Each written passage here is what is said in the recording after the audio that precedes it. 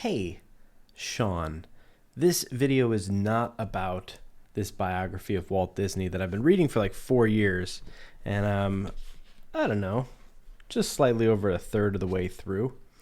It's interesting, but it's cumbersome. It's hard to take places. But I'm reading a handful of books right now and listening to a couple others, and I read very slowly. And in some ways, this is an advantage because it allows me to sit with the content for longer and have a more comprehensive experience about what's being written because I'm not just blazing through it. I'm not skimming it because I can't. I'm not that good at reading. But I started to think about my own story and what a book about me would be like.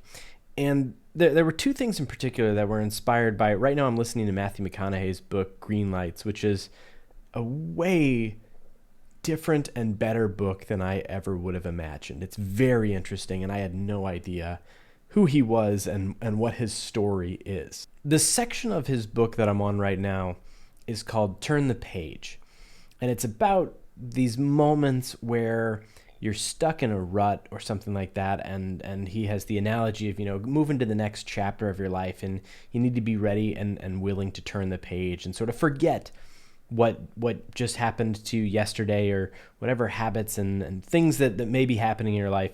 You just need to be able to move on past it. And that ability to turn the page and start the next chapter is an important one to developing and to growing. And that struck me, and I really liked hearing that. And it was something that I needed to hear because right now I'm not where I want to be in some regards. I'm very happy with my life in general, and fatherhood is the greatest thing that has happened to me.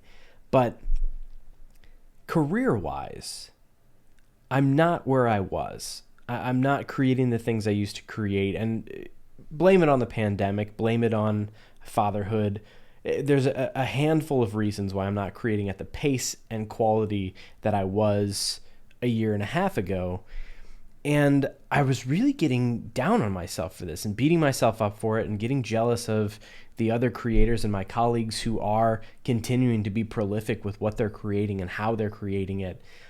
And I started to feel really bad. And on top of that, I'm dressed a little bit vulnerably in this video for a reason, and that is that over the past year and change, due to a confluence of different factors, I've gained weight.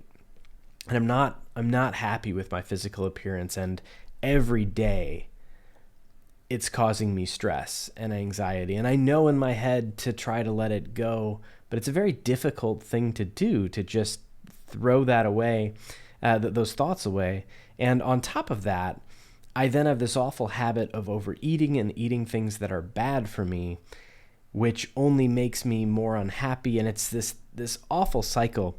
And it's very frustrating. It's very frustrating because I know this is a problem that I can fix if I have the willpower, the tools, and the patience with myself to do it. And as many times as I've tried over the past months to pull myself out of this, I haven't. And that's so frustrating because it's such a solvable problem, and I have not solved it. And it occurred to me that when I'm reading a good book, like this biography by Neil Gabler about Walt Disney, whether it's McConaughey's book about himself or any of the other books about people that I've read, think about the books that you've read. And what makes for a good story is something with phases and chapters and lessons and failure and success and triumph and perseverance. A good story is never just like, well, they worked kind of hard, things fell in place, and they were fine. If you live a life like that, you're not going to have a book written about you because nothing is remarkable. There's no story, there's no adventure. And I'm encouraged by that, knowing not that I want to be someone who has a book written about them. I don't want to be a celebrity, but there is something wonderful about living a life that would do well in a book. And it's something that your children, your friends, your family, when you leave this world, there's elements of that are so cool when you think of your own relatives and friends whom you've lost that live just such an awesome life. It's awesome compared to the friends that didn't. And it's heartbreaking, and you don't want to write that off, and it's almost tough to admit that people is like, yeah, they had, they weren't happy. It's not a judgment of what someone does. It's a judgment of are they happy? And I know that there's people who, it's not even about settling for something. It's that they were actively unhappy and never did anything about it. And they complained about it and they knew it, but they never changed anything.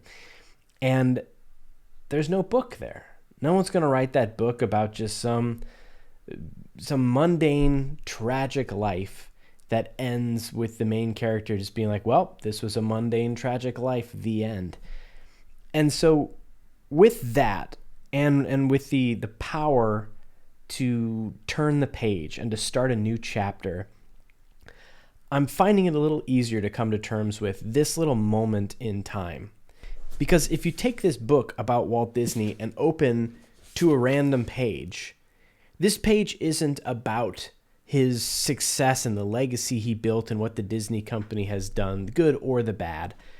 This is about a relationship he had that went sour, a struggle he had with a studio executive. And if you turn back, this is when he's not being able to put food on his table and he's put everything out there. And there's so many different parts to the story that are struggles. And I'm relieved by the idea that right now, this is just one of those moments that later on in life, I will look back on as like, yeah, there was that moment during the pandemic and the early stages of fatherhood where I lost focus on myself and I got into some bad habits, and I was able to turn the page and move on to the next chapter. And I learned something from that experience. And that's the other big part of it, is that with these lulls, these struggles, be they demons that you're fighting within yourself or from external sources, with these things, if you just have this doom and gloom about you and you don't do anything to fix it, and even if it's not something that can be fixed, having the attitude of looking for what you can learn from the struggle instead of just lamenting that you're exposed to it in the first place is such a powerful thing, and can equip you to do bigger and better things that may make you happier than whatever you're doing right now, or just be doing the same things and have a greater peace with it, which when you get to the end of your life, you'll be remembered for that peace and you'll have lived a happier life yourself getting there. So I'm encouraging you to take the advice that I've gathered from Matthew McConaughey and a couple other places, the cliche of know to turn the page, know that you can start a new chapter, but also zoom out and embrace the fact that whatever you're struggling with right now, if you're not exactly where you want to be, if you're not doing exactly what you want to do, if you're not looking exactly how you want to look or feeling exactly how you want to feel, this is something that you can learn from and something that you can hopefully look back on after you've put it behind you and say, I've changed for the better because of something I learned during that. And those aren't lessons that you can read in someone else's book and internalize the same way as when you live them yourself. So that's what I've got for you today. That's what's on my mind. I hope that you find happiness. And if you're in a chapter that's all about struggle, I hope that you get to the next chapter soon and that you turn the page and write something triumphant and happy. Thanks for spending a couple minutes with me. See you later. Bye.